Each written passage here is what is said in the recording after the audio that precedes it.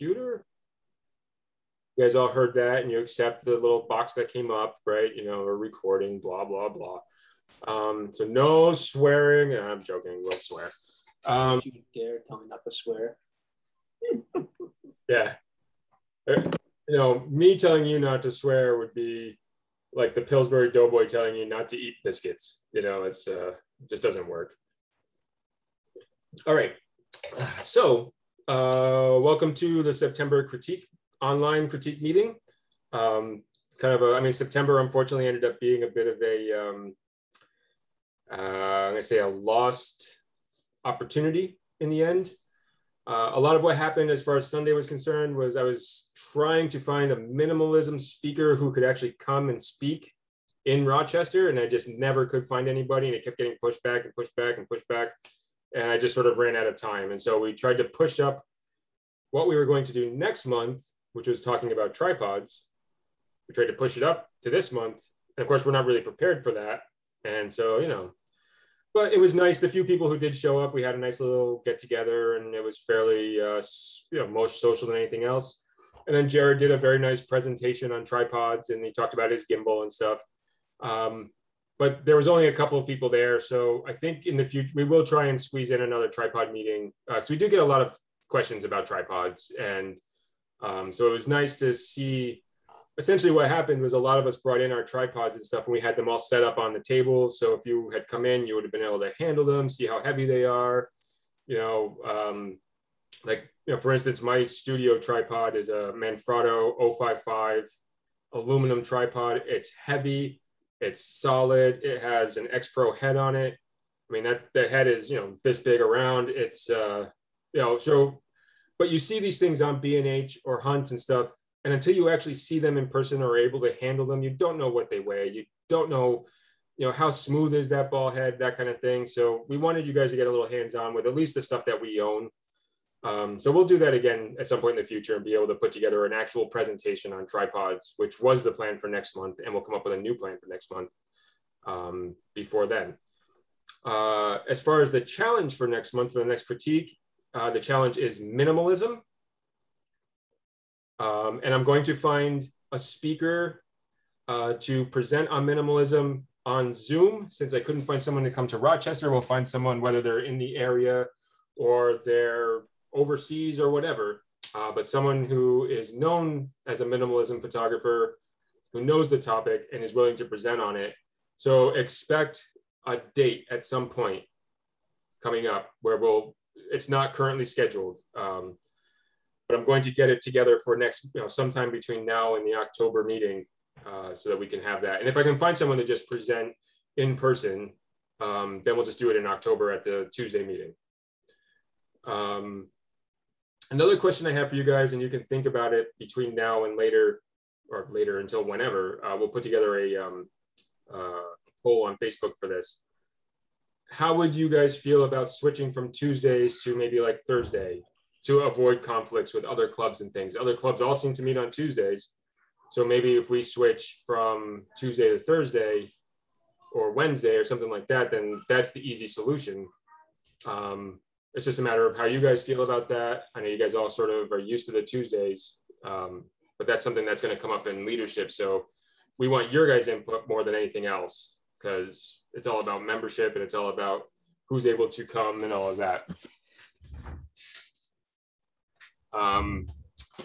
So that's just something to think about. And we're gonna, when we have our meeting in the next couple of weeks, we'll have some more information and questions about what's coming up for next year, and even for the rest of the year. So as far as the rest of the year is concerned, this month is minimalism.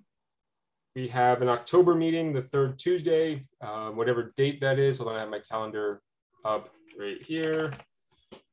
So that's going to be October 19th at RPAC. And right now, the critique meeting, this meeting, would be on the 26th at 7 o'clock. So RPAC, the meeting would start around 6 or 6:30 in the evening. And then the online critique meeting would be 7 o'clock on the 26th. So you guys can get October into your calendars. And that's what's coming up for that. November is the same. It'll be the third Tuesday for RPAC. And then the following Tuesday, whatever those dates are, hold on, I do have my calendar up. I just said that. So November, you're going to have the 16th is in person in RPAC. As far as the topic is concerned, that's TBD. And then the 23rd will be the critique meeting. And again, whatever the challenge is right now is still TBD as well. And then December, and that's the end of the year. That's all we have left. It's going to be on Sunday the 5th. And that is our show opening / potluck end of year celebration. You guys have never been to one of those. There's a few people who've kind of joined since the last one that we did of that. Essentially what we do is in that big room at RPAC, we set up a bunch of tables. Everybody brings in some potluck, a crock pot, a dessert, whatever. We have our opening for the show, which is happening at RPAC, which the topic is minimalism. So if you want to start thinking about that going forward. So we have our opening, we do the award ceremony for the show, and really we just celebrate making it through the year. And we have a potluck dinner, and it's very social. There's not much more than that. And it really is just a good time. And so it's a Sunday afternoon, usually starts 1 o'clock. We'll have judges in before that to judge the show like we always do. And it'll probably be Don and somebody else. Yeah, so that's coming up. That's the rest of the year. And then we're into January, which will be, we'll be back to doing, I mean, fingers crossed, COVID doesn't like mutate again and we're all locked down again. But January, we'll do speed learning like usual. And if you guys have never, some of you guys have never been to that, you don't want to miss that because that's your chance to ask questions about anything you want. If you've never been to that, I'll quickly describe what that is since we only have 8 images tonight, so we have plenty of time. What speed learning is the professionals in the group, which is usually me, Tanya, Scott did it last year or 2 years ago, Jared, Jacob, Pat Corlin, I think that might be it. But anyways, each of us get a table and we have everything set up with our computers, our laptops. You have questions about Lightroom or Photoshop, we can walk you through these things. You have questions, we have our gear with us. If you have questions about Nikons, Canons, Sonys, bring your gear with you. We'll try and answer questions for you. But really it's your chance to ask any question you want of the professionals in the group who are basically living and breathing this stuff to try and get you a small step in the right direction. It also helps us going forward because we find out what people are actually wanting to know about, so we can plan ahead the rest of the year and try and get you guys, you know, topics that you want to learn something about. But that's what speed learning is. It's always really popular. It's always a great night. It's one of my favorite meetings that we do. And I think for Scott and Jared and Jacob and anybody else who leads some of those, it really is just one of our favorite nights of the year. So definitely keep that on your schedule, whatever the third Tuesday, or potentially it could be a different day. So I'm not going to tell you what the date for that will be because next year is not planned out yet. So, but that's what January always is our speed learning night. So yeah, so that's the rest of the year coming up. Anything that I said was TBD. We'll get that information to you as soon as possible. Any other big news that I have for you is that this communication issue hopefully is going to be dealt with, because I can't help but to apologize profusely for the lack of communication because that's on me. But the next leadership meeting is going to be all about fixing that, basically going forward and how to communicate better and how to make sure you guys are in the loop a lot better than you have been. We were doing pretty good, then COVID hit and we scrambled a lot. And then, you know, of course, everybody is just dealing with that. And we sort of fell off that wagon a little bit. So we're going to get that fixed ASAP because what happened last month can't happen again, or this month. So yeah, so hopefully that just gets fixed going forward. Not hopefully, it will be. But that's what I have for you guys. Just checking if I have any other notes here. Yeah, and as always, if you guys have questions, comments, suggestions, wants, get them to us. Same mailbox you send your your images to, GRCC mailbox. Reach out to me or Jared specifically, through Facebook or email or whatever's easiest. Call me, I don't care. Love to hear from you.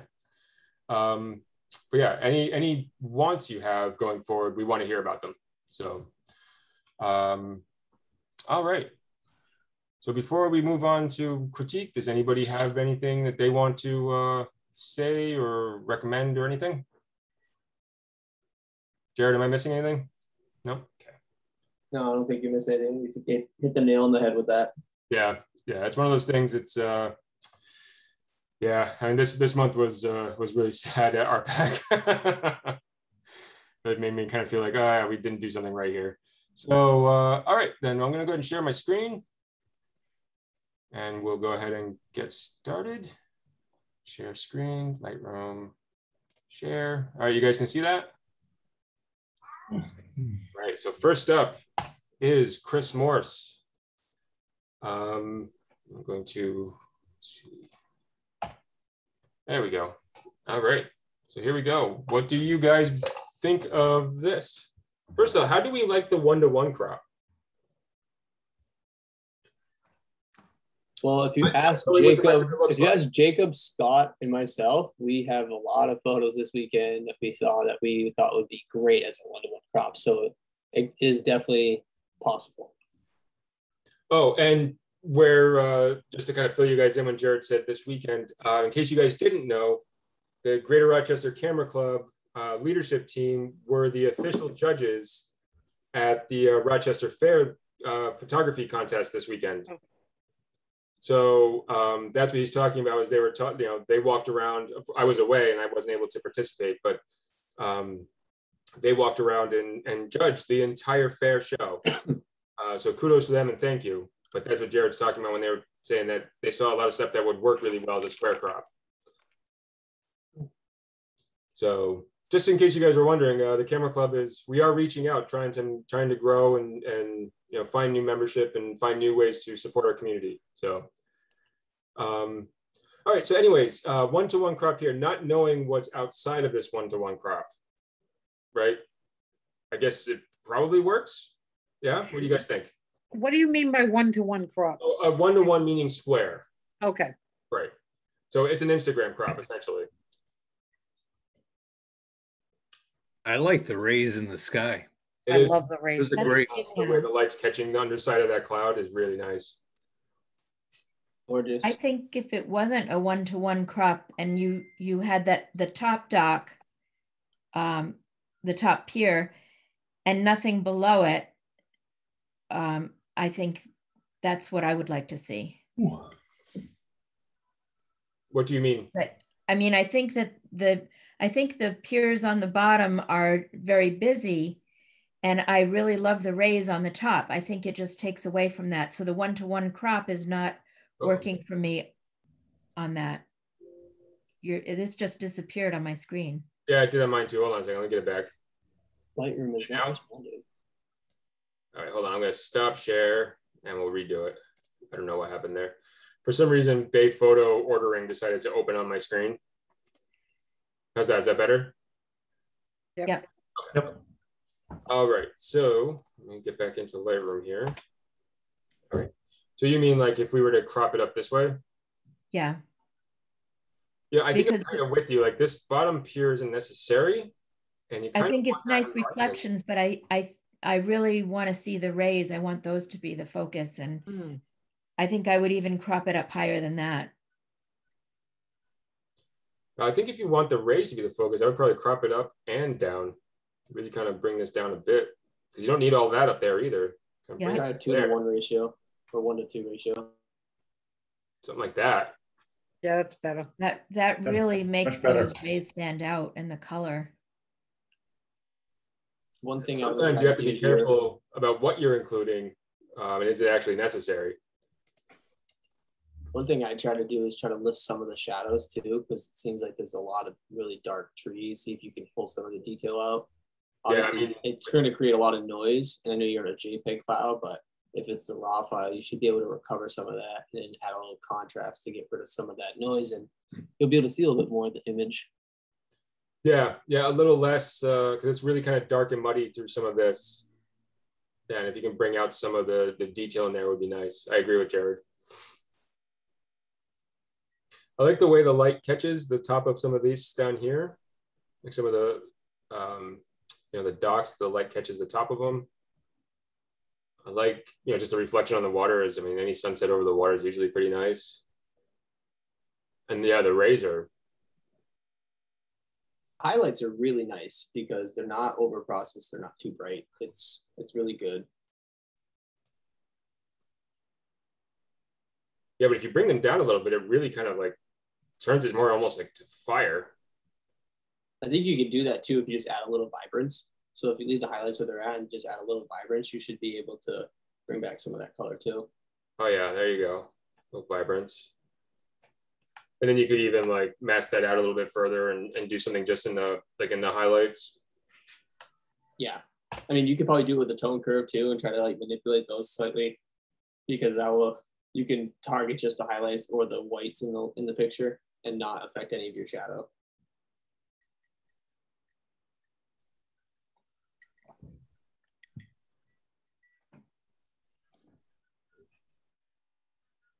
So to answer your question, I think that the 1-to-1 crop didn't do it justice. I would agree with you. I'd like to know actually, if Chris ever watches this, I'd like to know what's beyond the 1-to-1, like what was cropped out initially, and see if there's a better crop there. You know what I mean? But yeah, I agree with you. The tighter you get, the better it gets. And then you can sort of put the horizon, on the third line, and then you put the rays on the third line. Yeah. Yeah, I think having the horizon line like at the 1/3 and focusing 2/3 on the sky really helps this image. But I commend Chris for trying the 1-to-1 crop because so many people don't even try. Don't even bother with that square crop, and it does work sometimes. So would that work just for fun to do a 1-to-1 crop, but to shrink, let's say, take off some of the right side of the photo and some of the bottom to get the rays of the sun, and just try a 1-to-1, crop off even more from the bottom? I think that's a little more distracting.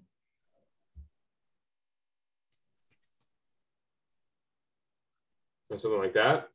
Yeah, because that could work too. To get that, if getting a square crop works, that can work. Yeah. Yeah, I still think that a lot of this above the rays is just not necessary and distracting. Because you sort of follow the rays out and then they just lead to nowhere. They just lead to some clouds and some blue sky. So try a vignette on that right now.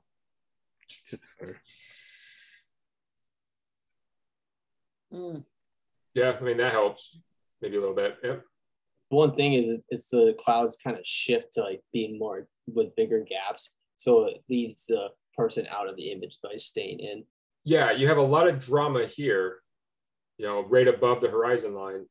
And then, just sort of like everyday sort of clouds be above that. And it's just not really necessary. Is it distracting? I don't know. I think it's up to the viewer. But if all we're talking about for Chris's image is cropping, otherwise it's a good image. I don't see a problem there, Agree. So reset that back where it was. Nice job, Chris. Yeah, it looks like she sort of put that horizon line more or less right in the center. So, sometimes that works and sometimes it doesn't.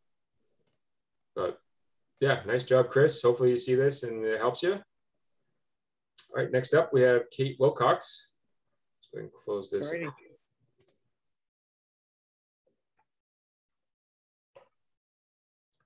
Very nice. I like the color of the sun. It's really warm. And she's done a really nice job in the foreground, not having a silhouetted grass. It's actually, you can see it.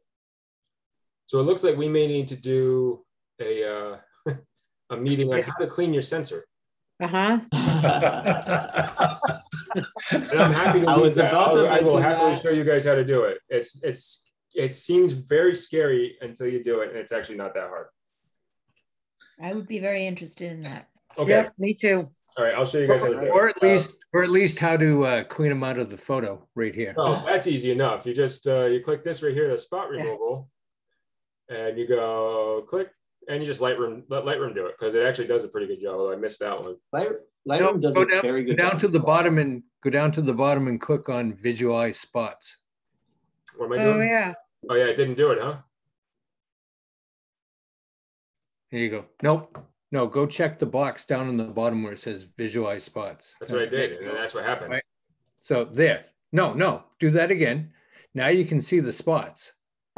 So you missed some of them, but see all the little spots in the Yeah, like right here.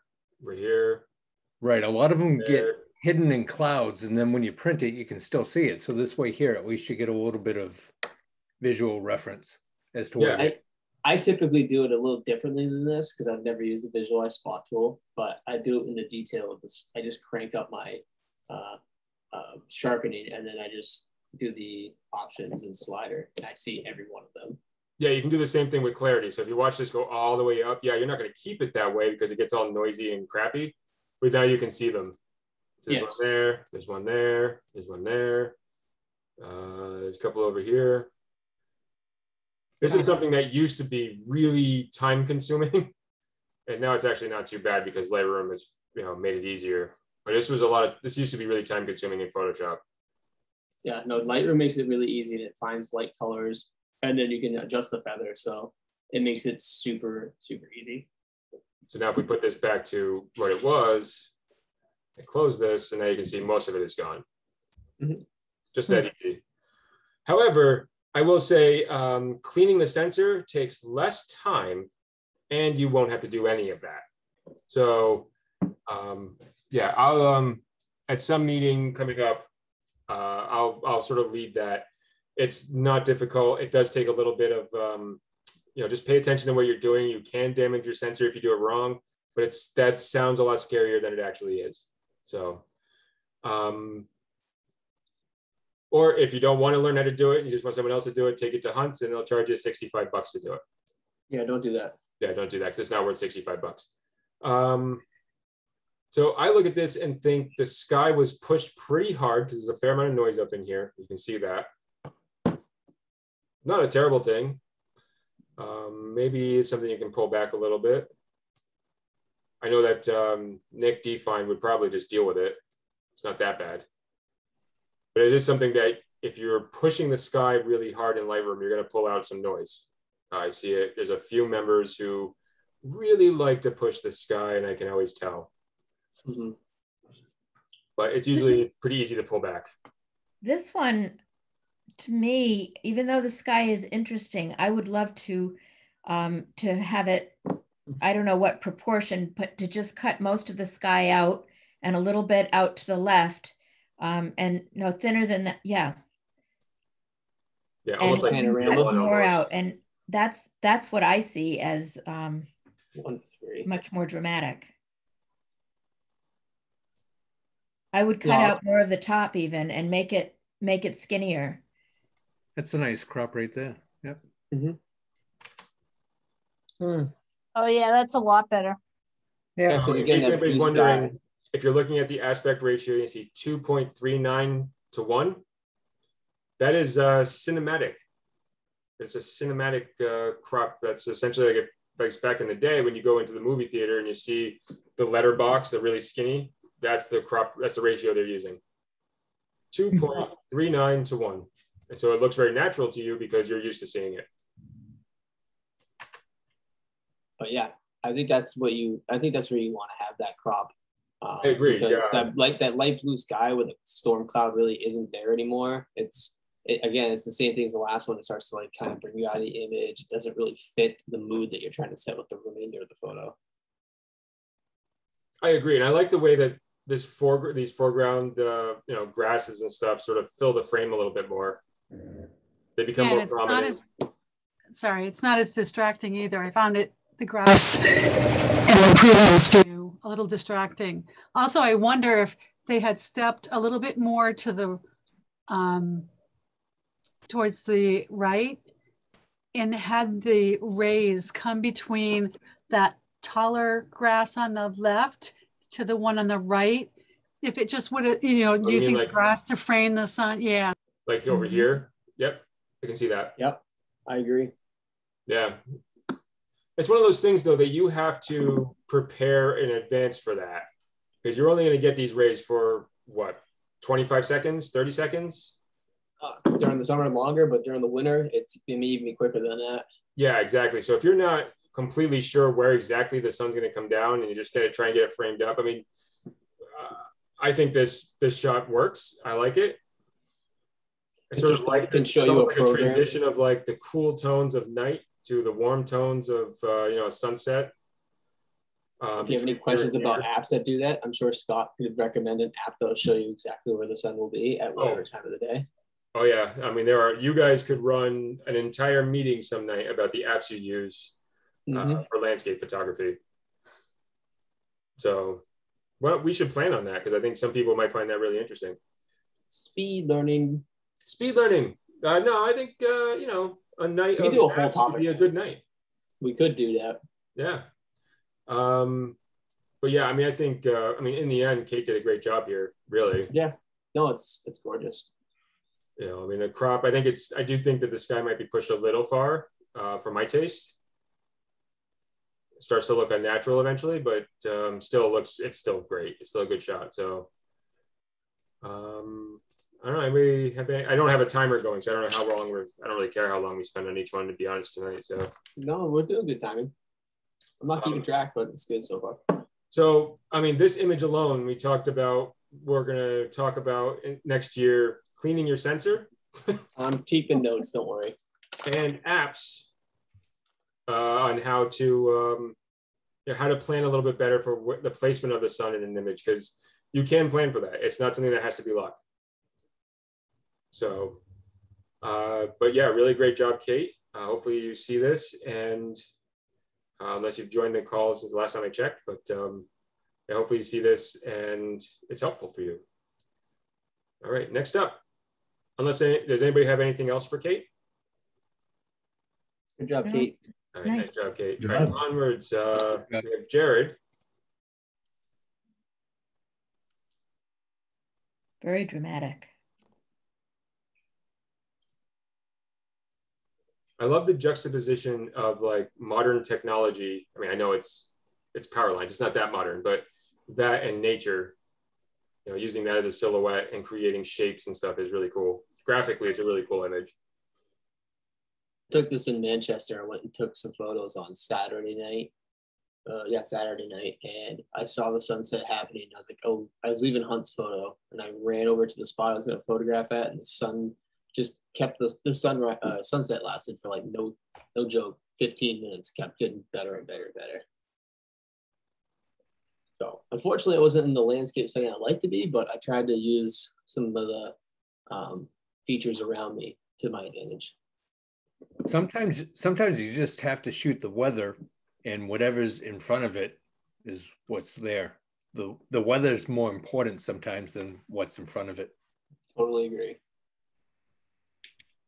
So I don't want to focus on just a small portion. This is actually a pretty decent sized crop because it was more to the image, or it's more to the right.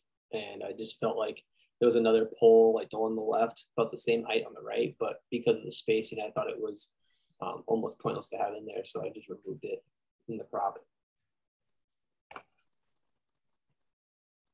But you also have that rule of threes, right? The three towers. Yep. 3 towers, the 3 little resistors at the end. I feel like Sean always flips my images the opposite direction to see if he likes it better.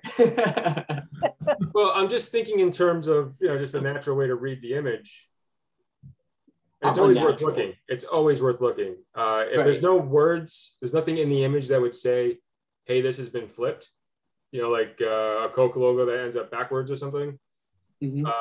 I think it's always worth flipping it just to see, like maybe it doesn't, maybe it works, maybe it doesn't. But I mean, it literally takes a second to look. Right. And I almost think personally, I like it better this way. Hold on, we'll go back.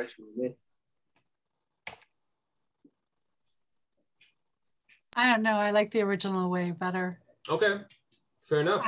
I like the dark contrast, and I like that the heavier contrast is off to left. I don't know why, but I just see. Whereas I like the I like these lines here that lead you into the image coming in from the left, and then it gets progressively taller, and then your eye bumps in here and kind of bounces back in. You know what I mean? Yeah. And that's just naturally because we read left to right, you're naturally coming into the image from this corner. So if you come in here, you sort of follow these lines up, you bump in here and you kind of bounce out and your eye bounces around a little bit more. That's my thought. But Nikki has a different thought. And I think that that's one of the great joys of all of what we do here, or all the different thoughts. It's interesting when the larger tower is off to the left, it seems larger than when you flip it. It seems smaller. Doesn't seem to have the same size when you're looking at it from the left to the right. Yeah, it has more, I don't know, the word maybe impact if it's on this side than it is on the other side. I agree. But it depends on, do you want that to have, is that the impact you're looking for, or are you looking for, you know, the color and everything to be the impact, right? So, I mean, I think that's, but it's always worth looking. And yeah, I always do it to Jared because I don't always have very much to tell Jared how to get better. Okay, Jared, question for you. How do you get the sun so it's not like blaring? So actually right now the sun is below the bottom of the picture. So that's just the ray. It says the sunset had, I think it was like maybe a minute or two before sunset. So it was right on the horizon and I'm kind of looking up a little bit. So that's just all the color coming from under, like the undercast of the sun up into the clouds. Okay.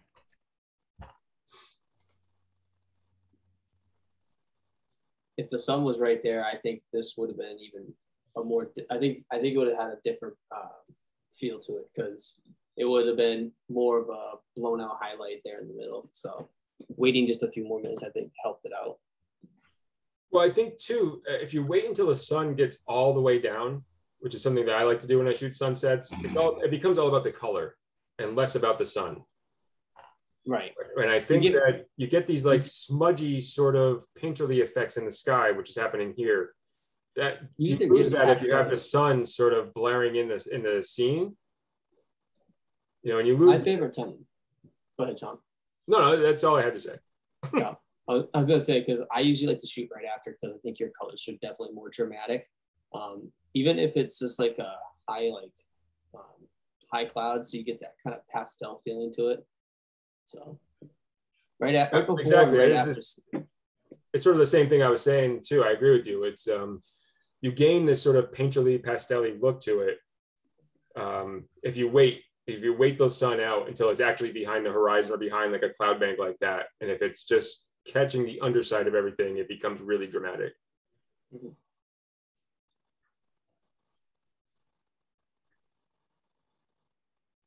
Like it.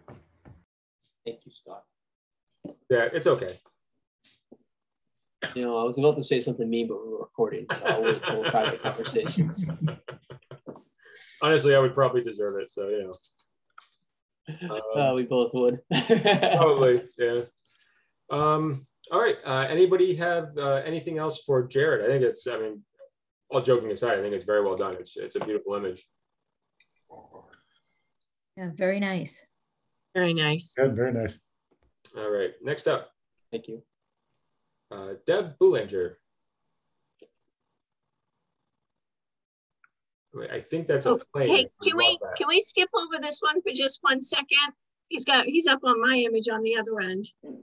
Yep, I'll come back to it. Mm-hmm. Thank you. All right, so then Deb Manning. Go to the other Deb. The boat.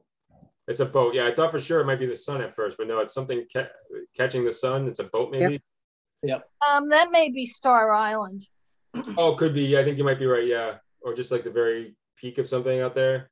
Yeah, either Yeah, that or it's- it's the lighthouse. Yeah, it's Up something there. else. It almost looks like a little boat, like kind of Yeah. just getting the last rays of sun. Okay, it's a boat then. I don't. Is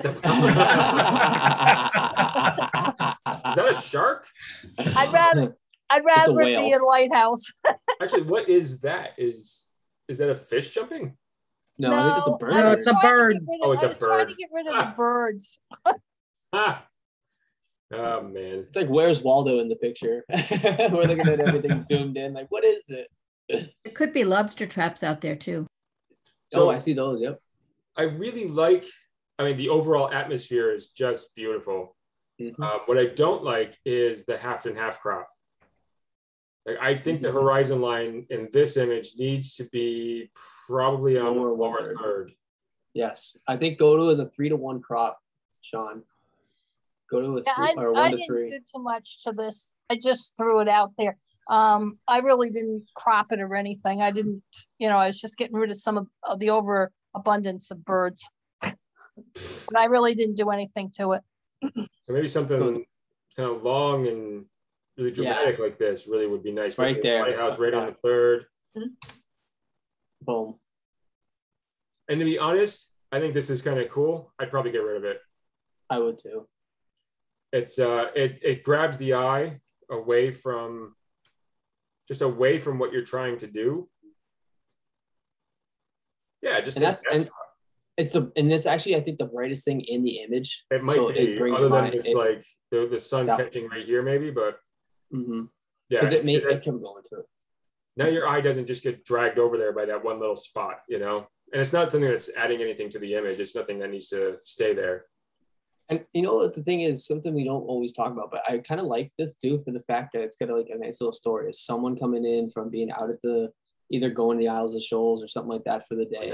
Like the boat's coming in, nice little story at the end of the night, and you get this beautiful little what is it, Venus Aurora, which is the shadow of the Earth as the sun's setting in the background.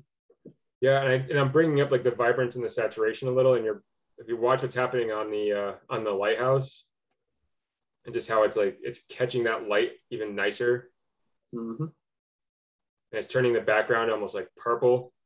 Yeah.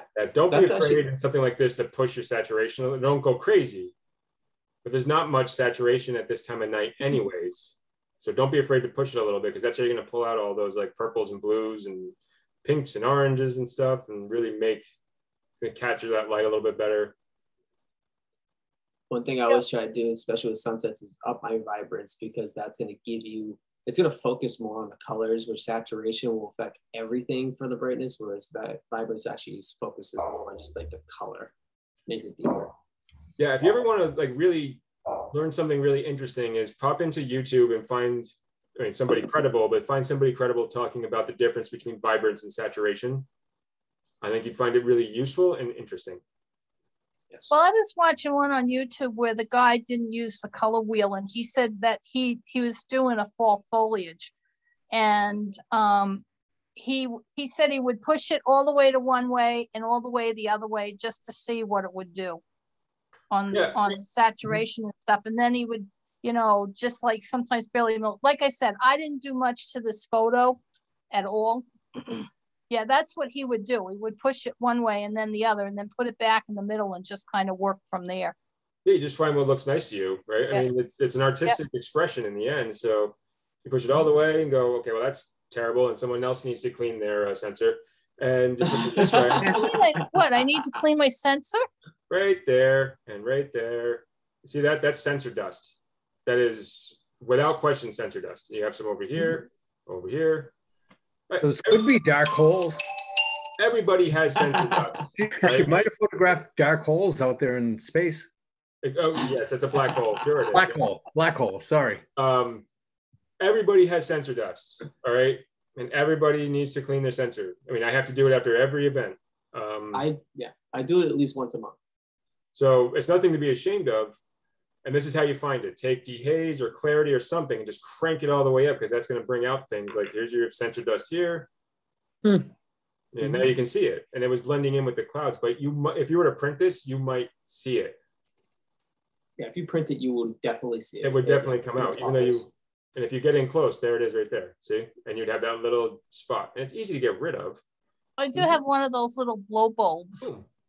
Yeah, that Right, but that's not the those same help. as actually cleaning your sensor. So I'll plan on showing you guys how to do it. It's not hard. It sounds scary. It was very scary the first time I did it, but it really just takes a minute of concentration and you get it done. And then you have no sensor dust and you don't have to worry about it. What if you use the shaker thing that they have on the Nikons? Does that work at all? I mean, it does, but you're still gonna, anytime you change a lens, you are introducing the possibility of dust getting on your sensor. Okay. Anytime you take a lens off and your sensor is essentially exposed, you're introducing the possibility of it happening. Nikon's sort of like auto cleaning function. I mean, I keep it on both of mine. I mean, it can't hurt, but it won't get rid of all the dust. Dust will stick to the sensor, and there's a magnetic just sort of attraction between the two.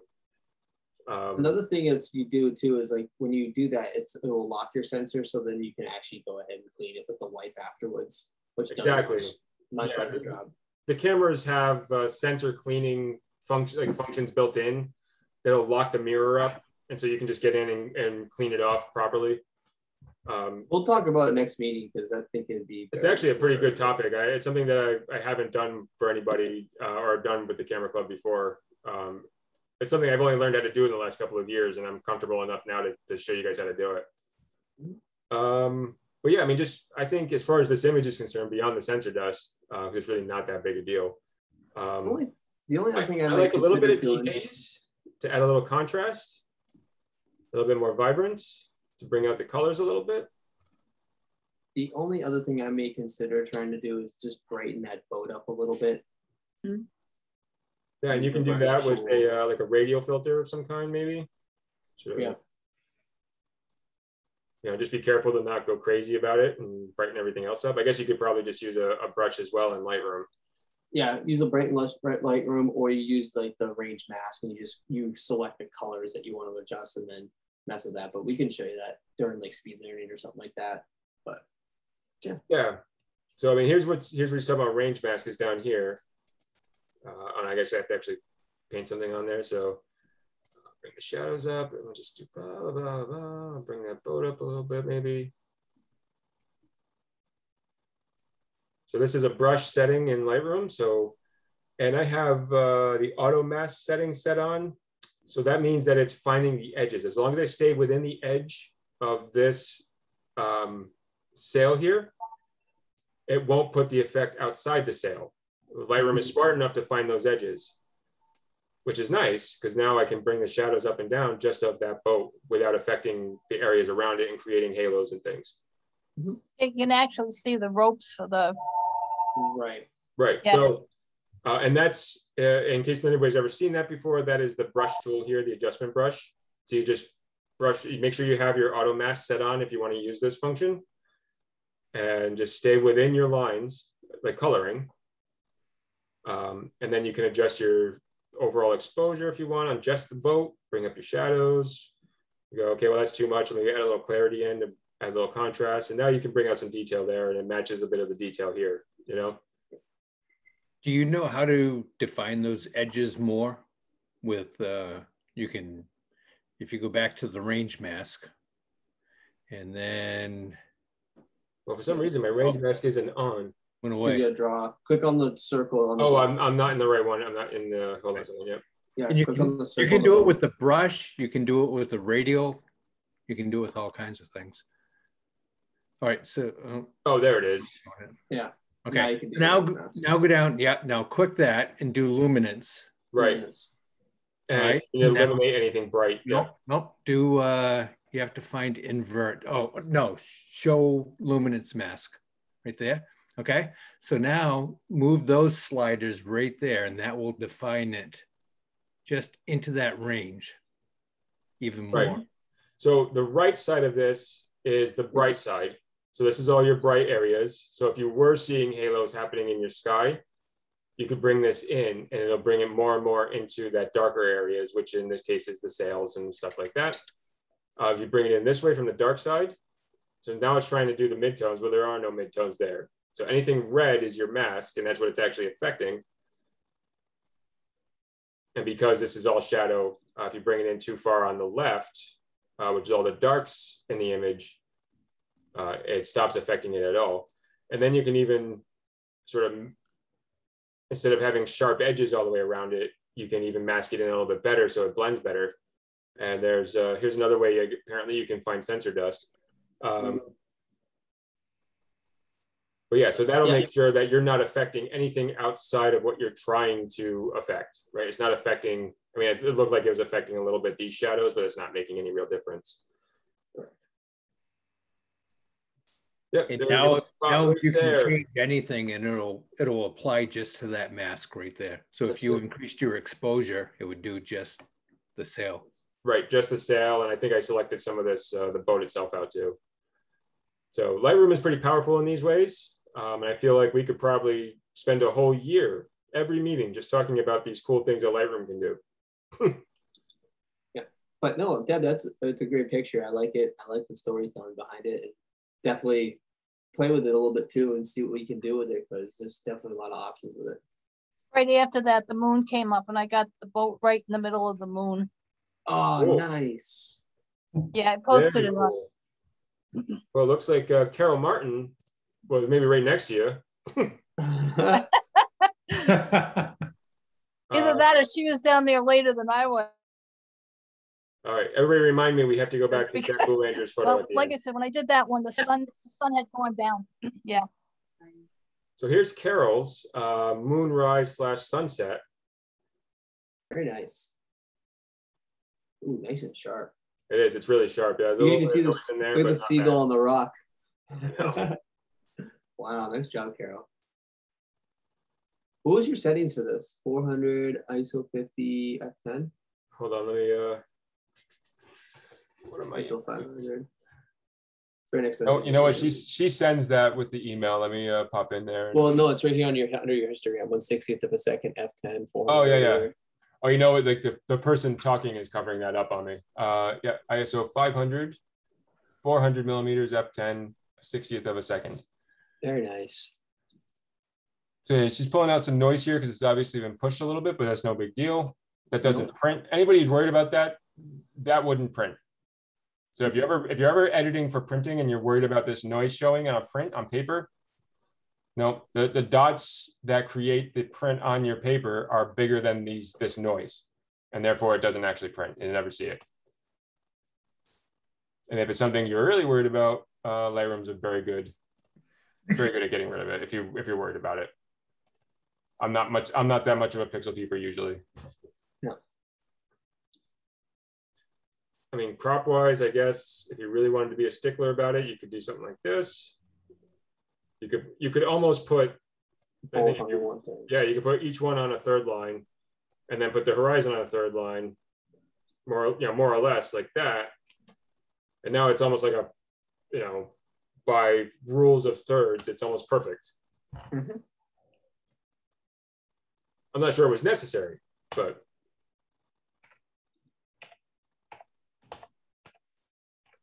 I think one thing I may do to this would just be to try to darken the ocean a little bit. Darken the what? Darken the water a little bit. It kind of looks too bright for my liking personally. See what half a stop looks like.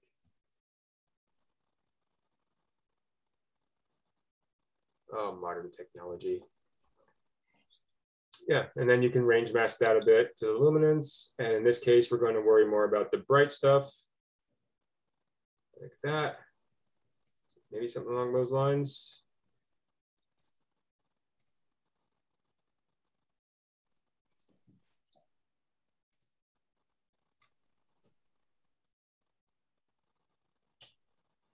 Yeah, maybe. It sort of loses something if you darken it too much like that. Yeah. I mean, of course, all I did was exposure. I didn't get more fine than that. But yeah, just a thought. No, I agree. But I kind of like the the contrast in the water. It gives it some texture and. Yes. And it makes a little bit of sense because she did pull out a lot of detail in, in whaleback. Right. So it does sort of make a little bit of sense that the water's on the bright side, I guess. Mm-hmm. But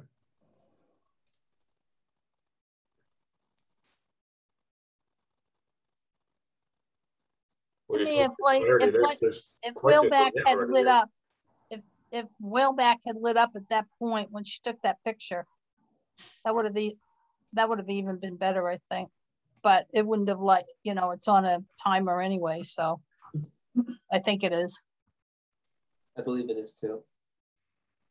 It may have been too bright for it to flash. Oh, I see what you mean. The light, yeah. I mean, a 60th of a second may not have caught it anyways. Well, it wasn't flashing when I took it, when I took my picture, and it looks like, I don't know if she was down there the other night or not, but because I saw somebody down by the tree with a camera. Oh, that was Carol lurking. Probably. She was like, I'm gonna get the same photo, only different. I'm gonna put the moon in it. Well, she was there a little bit longer than I was because the moon wasn't that high when I left. Like I said, the moon had just come up on the horizon. It was just popping above. So just a quick note for those who are on the call, and there may not be anybody here, but if you don't know how to make the moon this big in your image, it has all to do with this 400 millimeters. The best way to make the moon big in your image is to get a nice long focal length, 400, 500, 600 millimeters. And that's how you're going to get the moon nice and big. The shorter the focal length, the more zoomed out you are away from the moon, and the smaller it will be in the image. Mm-hmm. So that's how she got the moon so big in relation to whaleback. Is it's 400 millimeters. It's zoomed. Yeah, that's a pretty long focal length. You also want to make compression. Yep, it's all about compression. You also want to make sure you have a relatively fast shutter speed, because it may not look like it, but that moon is traveling across the sky really fast at that time. So if you have a slow shutter speed, it'll blur it really easy. Yeah, I mean, much slower than a 60th or maybe a 30th of a second is going to be too slow. So she must have had it on a tripod at 400 millimeters and get it that sharp with a 60th of a second. Most certainly she's on a tripod at 60th of a second at 400 millimeters. Yeah, definitely on a tripod for that. At least I don't have much luck zoomed in that close. It's a 60th of a second handheld. I could take 1,000 photos and probably have no sharp ones at that. Yeah, so definitely a tripod situation here. Deb, where were you standing when you took your picture? I was standing, actually, you know how after the picture, there's a little parking lot there where people can just park and look out. It's between the pier and that picture. Mm-hmm. The guy painting the picture.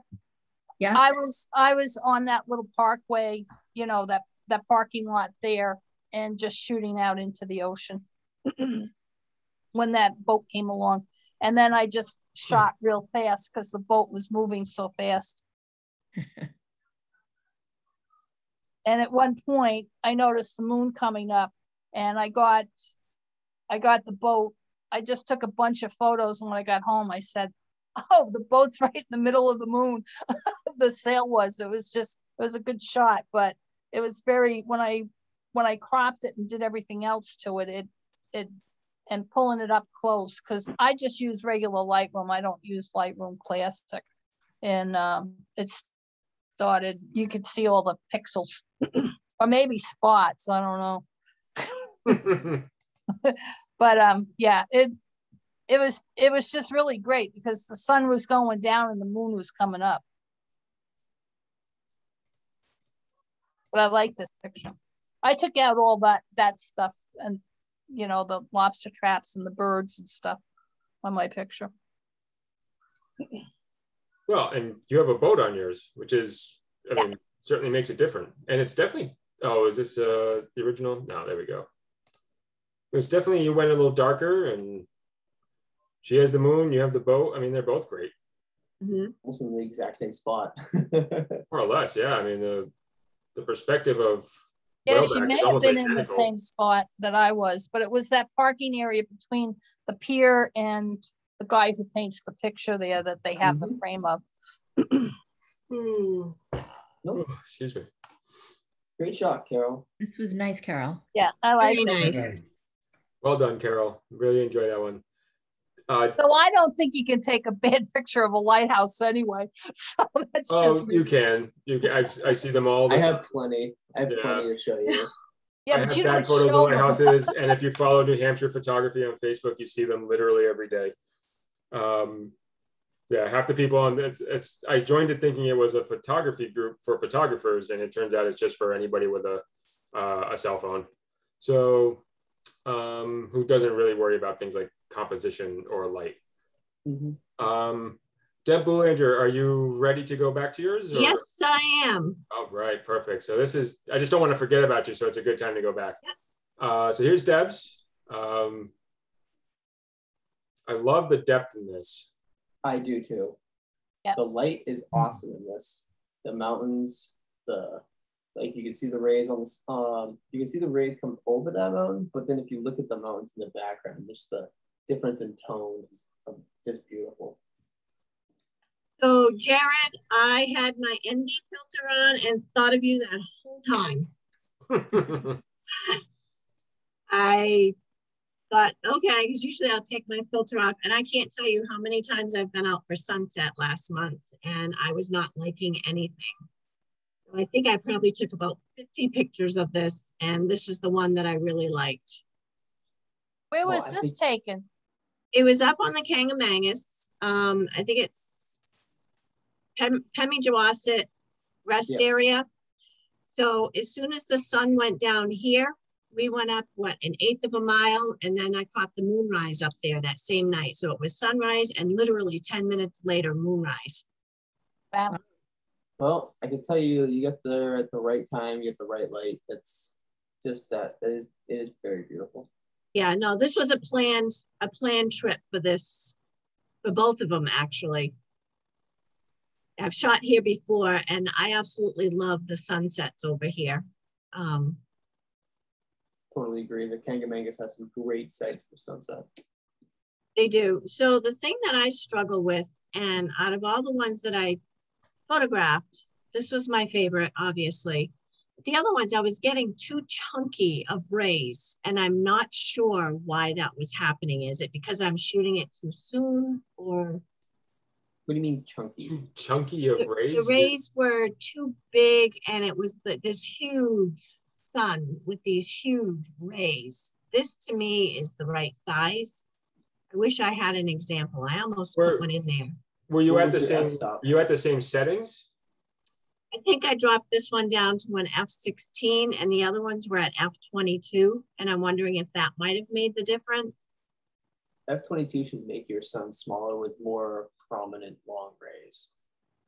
Yeah, so it probably went the other way. I'll submit a picture. I'll submit a photo on the group page and show you. Was this on a tripod, or did you hand hold it? No, tripod.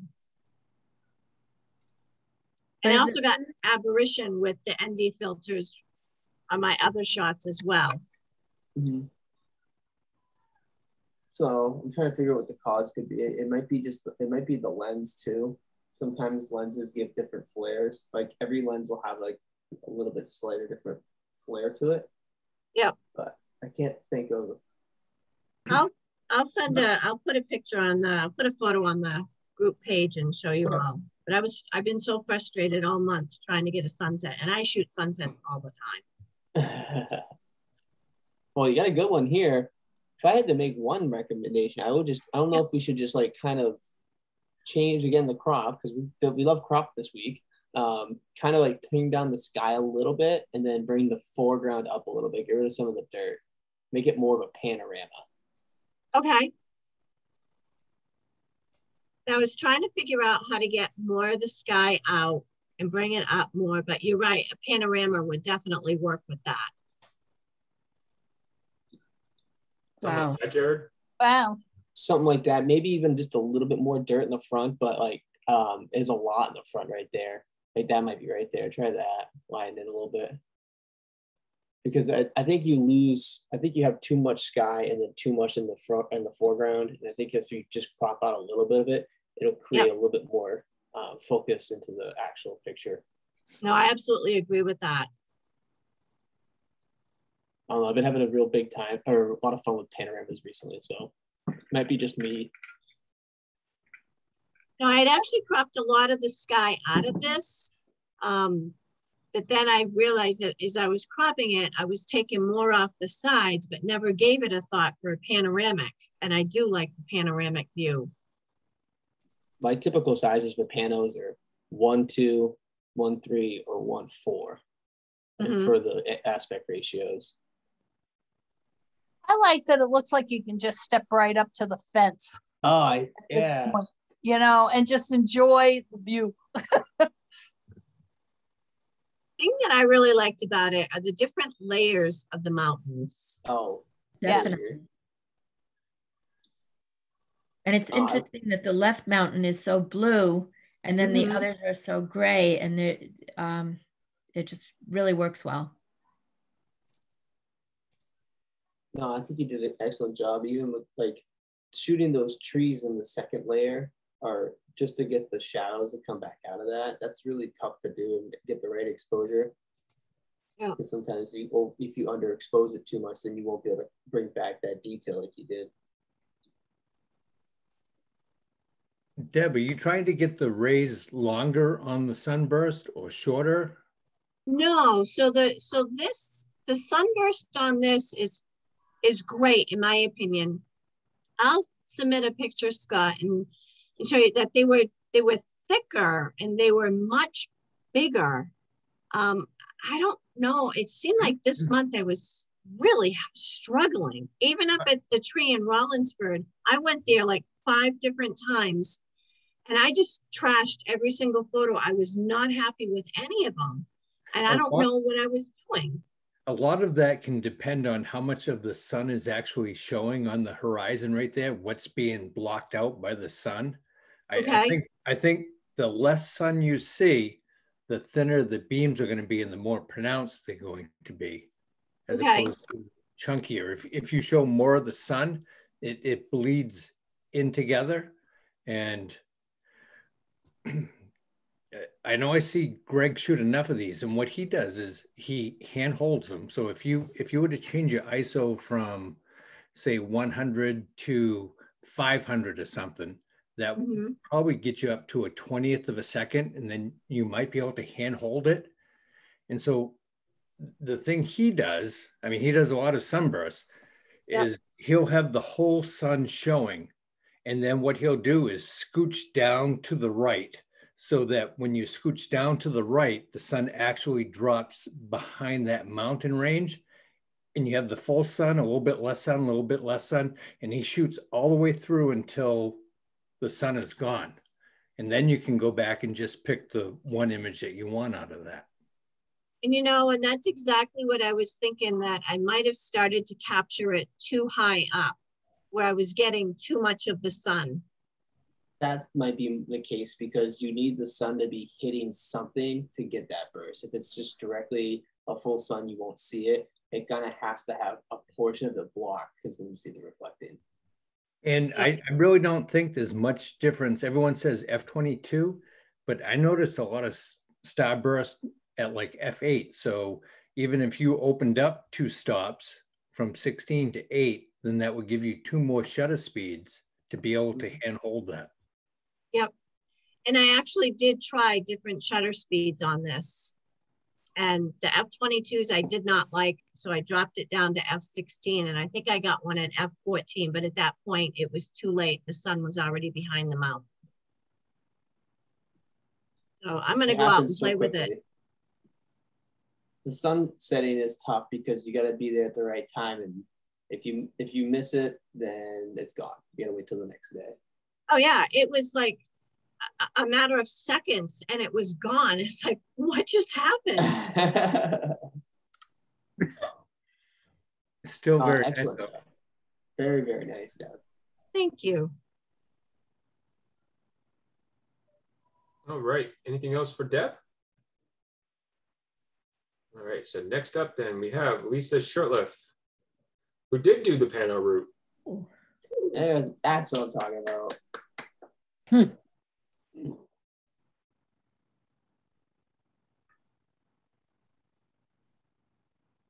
And there's no sun. It's the colors. I love this. I mean, for a pretty much, just a kind of lifeless sunset. There's no clouds in the sky, things like that. I think it's beautiful. Mm-hmm. Yeah, the sunset was not agreeing with me. No, but the texture in the water, very nice. The reflection of the light, and honestly, the reflections of just lights and darks across the image is just really nice as well. I would almost get rid of this spot here. Over on the edge. I wanted to show the island. That's why I did it. But well, you still show the island, but just cut it off. Yeah. Like that.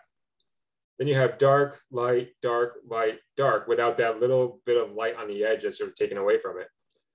I agree. What would happen if we opened up the shadows slightly?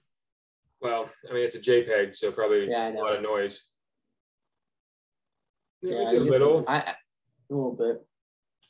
I would like to see, maybe like the raw image, you can pull a little more detail in the shadows.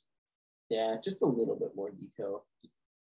So if you look at like the histogram, right? So I wish I could zoom in on this a bit, but you see how this is really spiking here? That means that it's really, really dark, and you're not clipping the blacks, but it's really dark here. So if you just brought up your shadows a little bit, you watch that come down.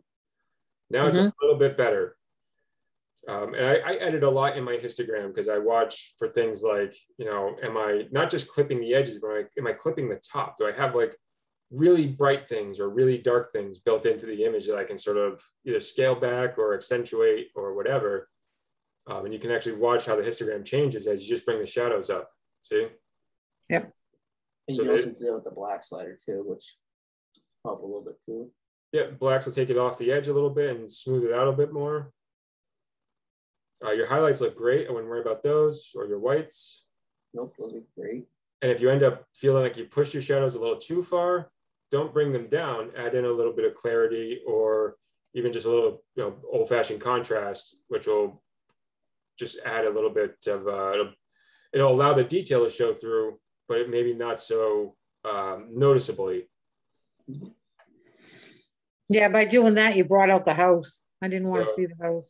Yeah, nope, exactly. Right. And sometimes that's when I will leave my shadows darker too, because Right. it's something I don't want to see. So Yeah, I don't mind seeing the sailboat on the island, but I didn't want to see the house. yeah. Very pretty though.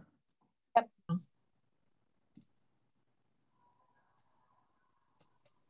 I'm still looking for the loon. Yeah, no loons in these pictures. Oh, here I'm looking for sensor dust. I knew what Sean was looking I for. knew what you were Is looking there for. any? Is Good there job, any, Sean? Lisa. I didn't see any. I didn't see any on first glance. Oh, okay. There's some clarity and the dehaze way up. I don't see any. I don't see any. I think you're Good. probably doing all right. You get an A for the day from Sean. Yeah, I know. Huh? Well, it seems to be that's the top. Whenever we do these, there's always like a topic of the night that just sort of organically comes together, and that for whatever reason that was tonight. No, I think my favorite part of this whole image is that water reflection. It's just super crisp. It's got so much texture to it, and it just reminds you of just sitting on a dock, watching the sunset over there. Well, I was standing on a dock watching the sunset. I did use my filters on it, and I did not like what it did to the water, so I stopped using them. Oh, well, you tried. That's all that matters. Yeah, I just didn't. I didn't like the smooth water. It didn't. Because it required a longer shutter speed. Yeah, I just didn't do it.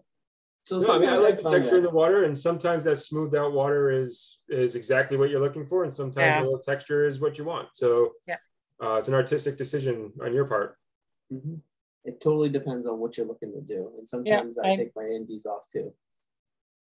But I like the crop. I like I like the fact that you went long on it. The panoramic look. Unfortunately, the sky just is what it is that night. Yeah, I would shoot this scene again and hope for a better sunset. Oh, I have some absolutely gorgeous sunsets from this spot. Oh, okay. Yeah, it's right down the street from me. It's out on my friend's dock. And I have some absolutely gorgeous. Is this Bow Lake? It is. I thought so. It is. Well, Lisa lives on Bow Lake, right? So yes. Yep.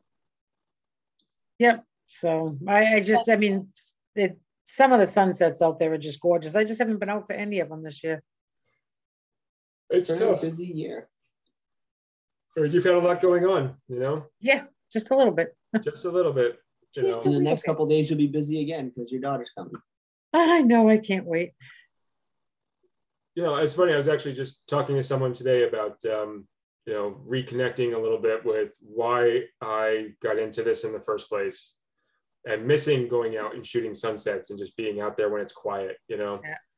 And something that I've been feeling like I've missed out on a little bit the last couple of years. So I'm going to be trying to do a lot more of it myself. So I totally get where you're coming from.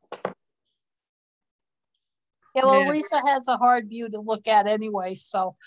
I know, huh? Oh, I know. I know, it's I tough. know, I feel awful for you. It must be tough that this is like the view out of your back porch. No, this is actually down the street. So this, Oh, it's down the street. Oh, so this man. opening, the opening in between the island and the shore. Oh, I is mean, down two the street islands from out my there. house, I That's have kind of my the, view. That's my view. down the street from my house, I have the pedestrian bridge on the Cochico River. It's just as beautiful. Oh, it is beautiful. It's just wonderful. It's even better when you're out there on the boat looking for loons, right, Pat? That's exactly the way I see it.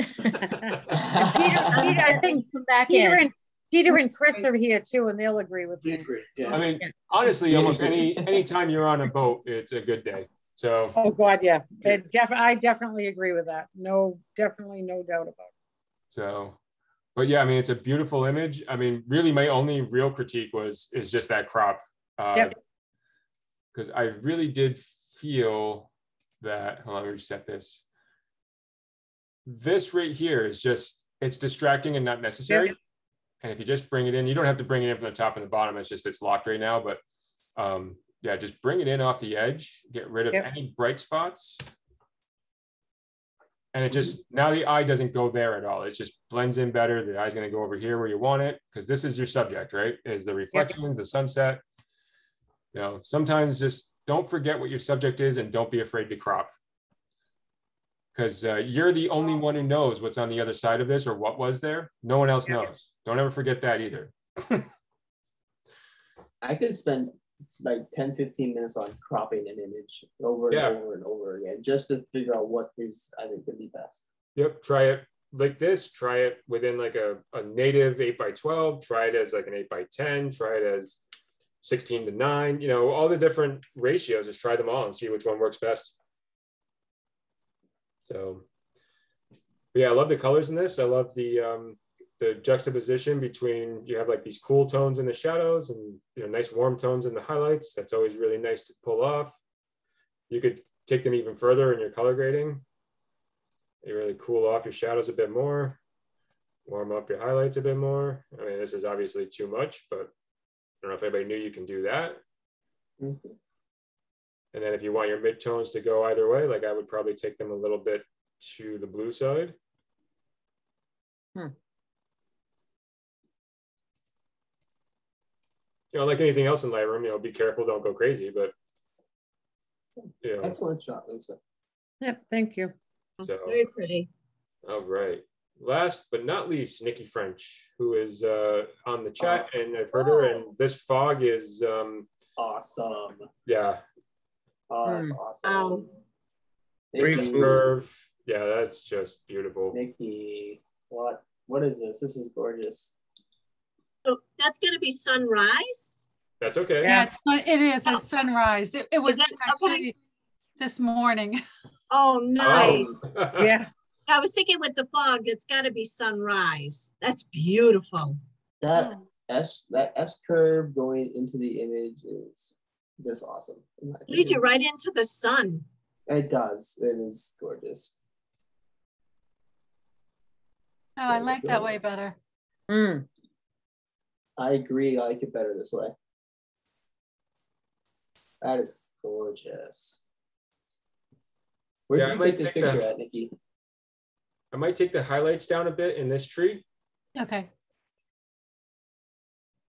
or even just crop it out completely, or to, mostly. Oh, hold on a second. We don't want to lock that in. This might be one of those like 1-to-1 crops. It really works. Nah. Yeah, I like the tree. I like the tree. Yeah, put the tree back in it. Get that tree. Don't tell me what to do. Do what you're told, Sean. That's the answer my wife gets from me all the time. Don't tell me. I mean, you could probably crop out a little bit of the tree, but I think it if it's that close to the edge, it's gonna. Well, I would definitely though maybe like take down, add some contrast, or not contrast, take down the highlights a bit here. Yeah. Okay. Slightly It's, around the edge it's of so the tree. soft everywhere else. Like the focus, because of the fog and the brightness, it's so soft, and then you have this like really kind of crunchy, high contrast situation happening here. It does sort of pull away from all this beauty into me. And I understand what you guys are saying. But I think it tells the story. I think it says, look at the fog down there, and it's not foggy up here. Okay. It shows that the fog is somewhere else, but it's not everywhere. I was going to say, and that's exactly how it was this morning, because I was actually driving to my in-laws because I was taking care of my nieces today. And one spot would be absolutely clear, and the next spot there would be some fog, but where you're standing, there wasn't fog.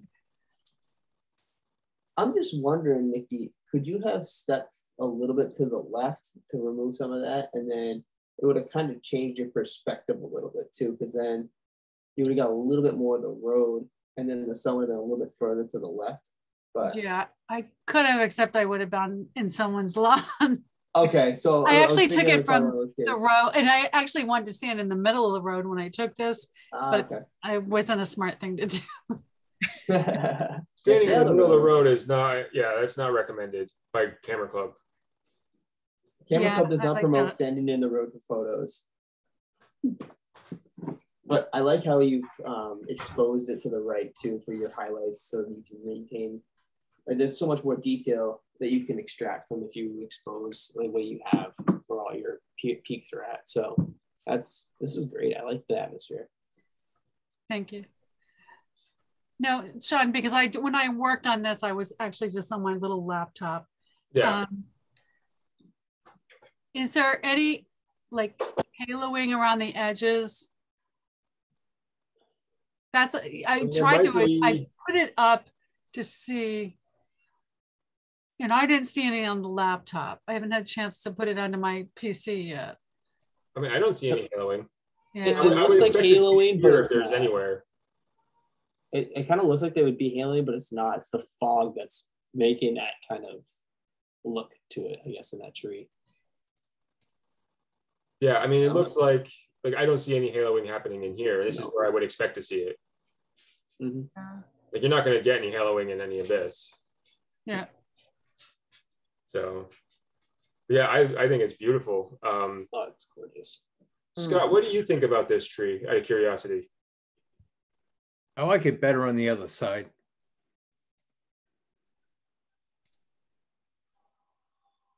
Yeah, it's because I'm looking into the sun. It's like I'm looking past it on the left side. I like it better on the left than on the right. Yeah, I agree with you. Yeah, this S curve brings you in from this side a bit better too. Takes you right into like the fog and the sun.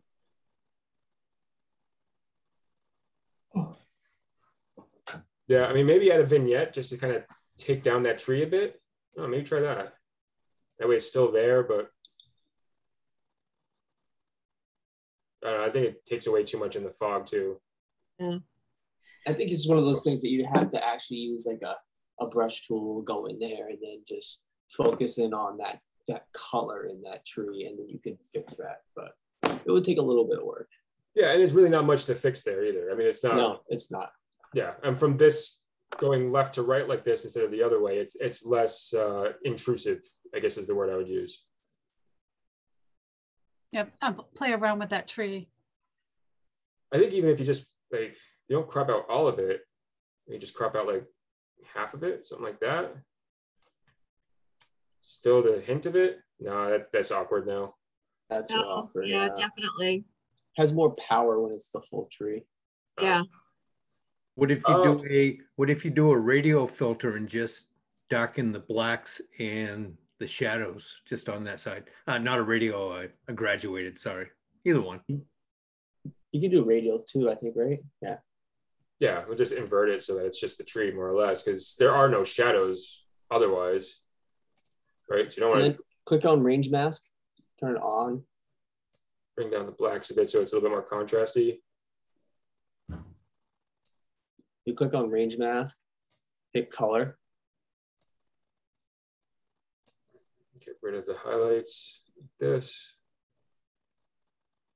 So we're only affecting the tree. That should be fine. Make your radio just a little bit wider and you'll get the tips of that too. Mm-hmm. There you go.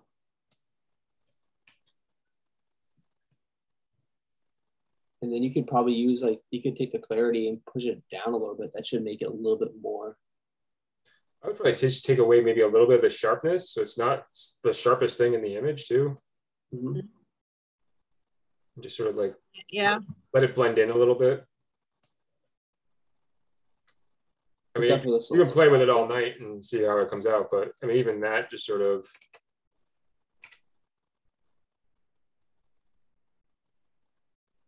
yeah, I don't know. Now it almost looks too dark and doesn't look natural. Mm-hmm. So, but yeah, it's, in the end, Nikki, it's your creative and artistic expression. So how you like it is the best way, in my opinion. I don't think we're nitpicking, because I think the image is gorgeous. It is. That fog and sunlight coming through is just awesome. Yeah, that's the kind of thing you go out in the morning just hoping to find. Right. The diffusion of that sun is just spot on. I love it. So yeah, no, I mean, I can nitpick this tree and whatever. It's really not important, because the shot on the whole, even with the tree exactly as it is beautiful. So yeah, and I played around with the sun a lot, so it wouldn't be that like huge white spot, you know, just staring right at you. So I used brushes and radio filters and just to do that. And also the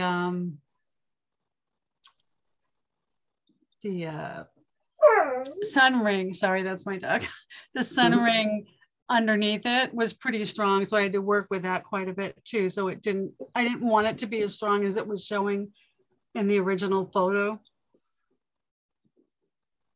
Well, I think you nailed it. yeah, I think it's a beautiful shot. It's one of those, like, I don't even want to call it a shot. Like, it's a beautiful photograph. Like, I sometimes that word shot gets thrown around a lot, and I don't always love it, because it cheapens things a little bit sometimes to me. Great. But I think it's a beautiful image, and I think you did a great job. Thank you. Absolutely. So, Gorgeous. Very you're nice. here.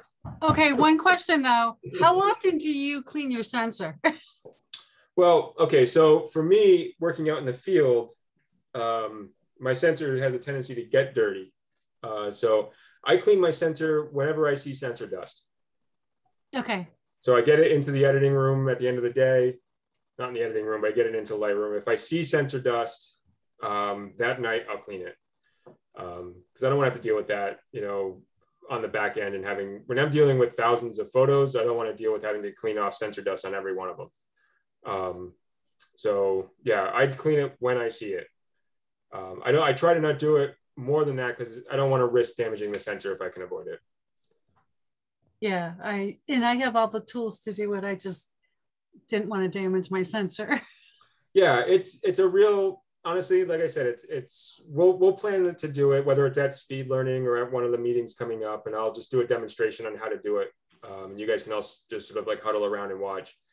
It's really not hard. It's something that once you know how to do it, it takes sort of some of that fear away. And by all means, if it's just something you never can get over that fear, Hunts will do it for you while you wait. Just call ahead. I mean, it's expensive, but they'll do it. All right, so that's the end of our critique. Get out of here. Did you guys share? There? Hi, Chris and Peter. Hi. Did you guys already talk about mine? Because if you did, I'll just watch the video. Yeah, yours was first up, and we made sure that we did record it. So I'll be posting that probably tomorrow. Okay. But yeah, we did talk before we all started here. We did touch base with Deb. We're going to try really hard next year to eliminate these conflicts with Seacoast. It's something that I feel like we can do on our end to try and make sure that you guys aren't bumping into, like you guys, Deb, Pat Corlin. There's a lot of overlap these days, so we're going to try and figure out so that you won't have to choose which one you want to be on going forward. I actually do have another member who would like to join, and that kind of deterred her with the Tuesday meetings. The conflict, yeah. So it's something that has been kind of not bugging me. Something that's been on my mind for a little while, and I brought it up with Jacob and I think with Jared the other day about potentially changing the day instead of Tuesday, maybe making it Wednesday or Thursday or something. But we'll discuss it on our end and see what we can do. I mean, no promises, but it's because there's more than the overlap membership that matters. But we're going to me, if we can eliminate those conflicts, like Deb said, I think it might be good for both clubs, where both clubs might get a little bit more overlap. Because I don't see that we're in competition with Seacoast. I feel like we can work together and help expand each other's memberships and help as many people as possible, because we both offer different things, so. Yeah. So yeah, just as a note to you guys, just popping in now after having to choose tonight. So. Well, that's okay. We had another club we didn't join at all. Yeah, we didn't bother with the South Shore of Boston. That's I don't blame you. I don't blame you. I'm joking. I don't know anything about them, but initially we were doing like first and third week when we first joined. What? One of the clubs was first and third, and the other was second and fourth. So somewhere along the line that got switched. Yeah, we've always been. So when we first started, we were always the third Tuesday, and that was it. And then through COVID, when we decided we were going to go back to in person, we decided that we were going to expand from one meeting to two. And so the in-person meetings right now are on the third Tuesday of the month. And those are the ones that are at the Performance and Arts Center. And then these critique meetings online are now the fourth Tuesday. So it's 2 weeks in a row for us. We're the third and the fourth right now. Okay. And so that's all kind of in flux, because that's all kind of new anyway. So it's a matter of just figuring out what works best, if that makes sense. So we're pretty flexible right now because we are sort of changing things up a little bit. So I was going to quickly just share with you guys a sunset photo I took. This is a couple of years ago. And it's just one that I've always thought a little critique I wouldn't mind getting, because I like it a lot, but it doesn't seem that everybody does. So I don't know what you guys think of that. I love that. I love the moodiness of it and the colors. Okay, so I'm not alone. I like that. It's not because I've had people be like, well, it's nice as like a whatever, but yeah, so this is probably close to 10 minutes after the sun went down. It was, to my eyes, it was completely dark. It's a 40-second image, and the camera picked up all of this light. Can you change the vertical on it just a little bit? So what is that, a volleyball net over there or something? I have a version where I actually just clone that out. Yeah. Yeah. Because the horizon line is correct, but that is sort of leaning in because it's on a beach. So it slopes up on the beach. Right. Just that, and then the next one beyond it. Yeah, that little pole. Yeah. Yeah. That's a big piece of driftwood that someone stood up like a jerk. And they never think of photographers when they do that. No, I like that, Sean. What about removing another one that's longer, removing a little bit from the top? I like the color, but I love the bottom left too, that leads into everything. So like just cropping it in. So this isn't in Lightroom or anything. This is just like an image. So I can't even try it, but. Well, that's okay, but just with your hand, because I think I want to see more from the bottom and just take a little bit of that, even though the blue is nice, I almost want to see a little less of that. Yeah. I think if you had a little less sky, that would definitely help that out a little bit. Because you get that Because long then it's beach an arrow. line. It just goes right through and it's bright and it's really, I like it. Yeah, I have this as a canvas in my house, but I submitted it as a competition image at one point because I really thought it was strong, and yeah, it didn't do well. I actually, I was disappointed. You can never tell with competitions, you know that. Oh, I know. And if I did it in a different, like a different state or something, or IPC, it would have done well, but all right. But yeah, that was one that I had never really gotten any feedback on, so I appreciate that. That's helpful. I like it a lot. So it's very yeah, different. that's the campground I go to. That's up at Hermit Island. John, Very nice. had you considered bringing up the shadows on the right a little bit? I tried to. I liked all the silhouetting of it though, and the darkness of it, because it really, like I said, in the moment, to my eyes, it was pitch black. I mean, maybe there was a shade of blue in the sky, but it was really, really dark. And so I really wanted to keep that sort of moodiness. So I tried bringing up the shadows, didn't like it, brought out a lot of noise, and pretty much put them back where they were. But yeah, I did try that.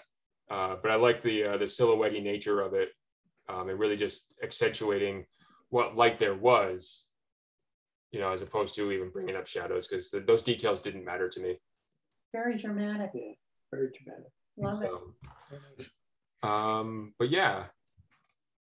So Chris and Peter, so all of the updates as far as like the club are concerned are on the very beginning part of this recording.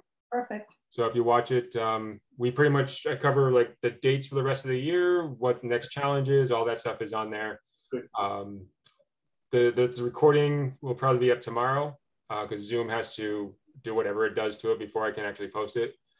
But I'll get it up and post the link like usual. And great. You guys can watch it. And if you have any questions, just let me know. And I think that's all I got. I don't know, Jared, Scott, anything else from you guys? I think we're pretty good. So again, if you guys have any interesting things you'd like us to talk about, remember just send either Sean or myself an email or message on Facebook. We'll get back to you about it.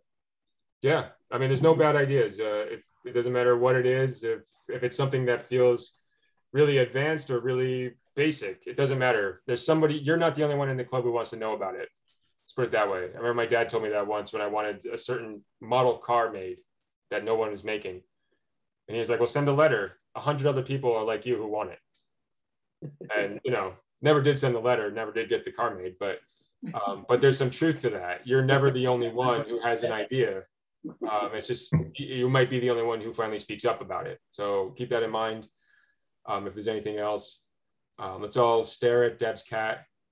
You know what? He was doing so well tonight. I was so proud of him.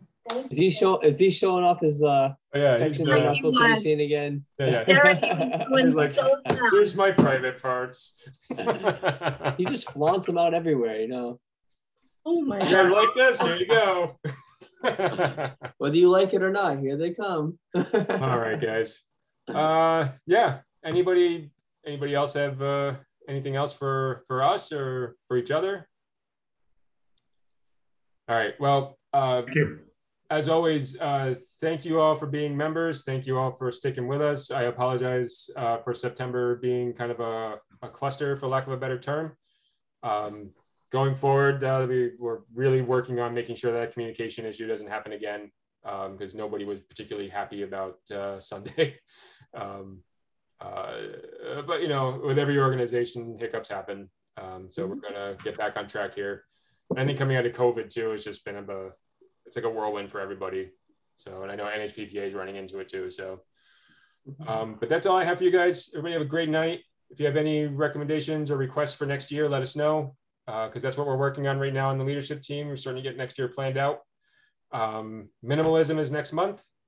Start thinking about the winter show at RPAC. Delivery will be the last day of November, so it's the 30th. We'll have the opening on the 5th for all of you guys. Public opening will be Sunday the 5th with our annual potluck celebration. Hey, we made it through 2021.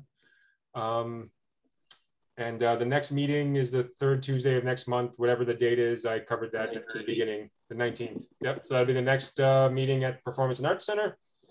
And as far as what we're covering at that meeting, we'll let you guys know, because it was supposed to be tripods and we just did that. So,